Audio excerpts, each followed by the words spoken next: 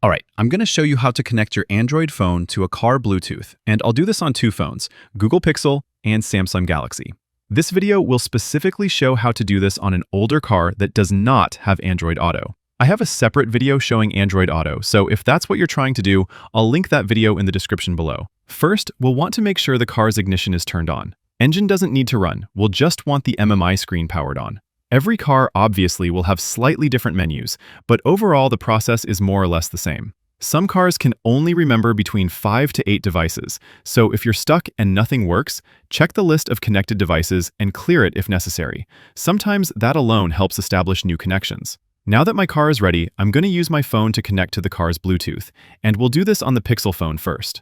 I'll swipe down from the top right corner to open the quick settings, and you can swipe twice if you want to see the full controls. I'll press and hold Bluetooth, and it'll take me to the Bluetooth menu. I'll tap Pair New Device, and the phone will look for available connections. Give it a second, and you should see your car's Bluetooth show up in the list. We'll choose that, and the pairing will start. This is where the phone and the car will do a couple of handshakes.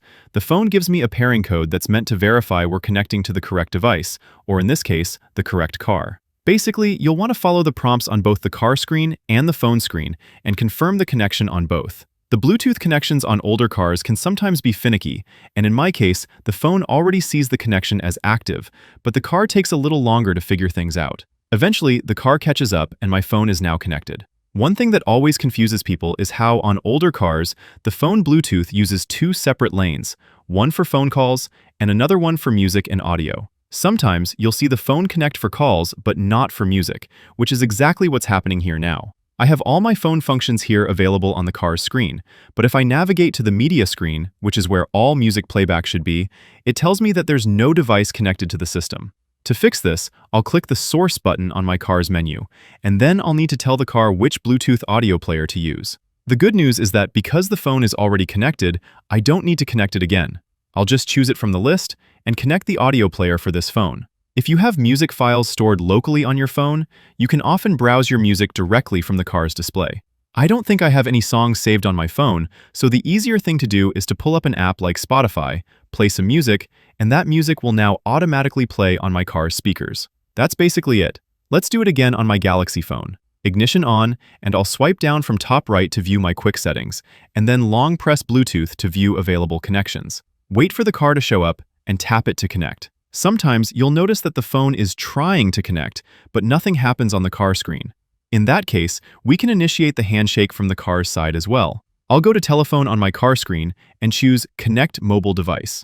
It'll show me existing devices, or I can choose to find new devices. This basically puts my car in pairing mode, and it's now actively looking for new Bluetooth connections. We'll then tap the car's Bluetooth again on the phone, and this time it'll connect with no issues.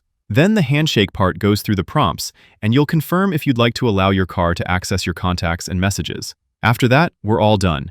And just like before, I first get just the phone call portion connected, and I need to tell my car that I want this new phone to be used for media and music as well. If you don't get the 6-digit pairing codes that I had, your phone might sometimes ask for a PIN to connect. Most common PIN codes are 0000, 1234, or 1111. If those don't work, check your glove box manual for Bluetooth pairing code. Also, there are some old cars that support phone calls over Bluetooth but not music.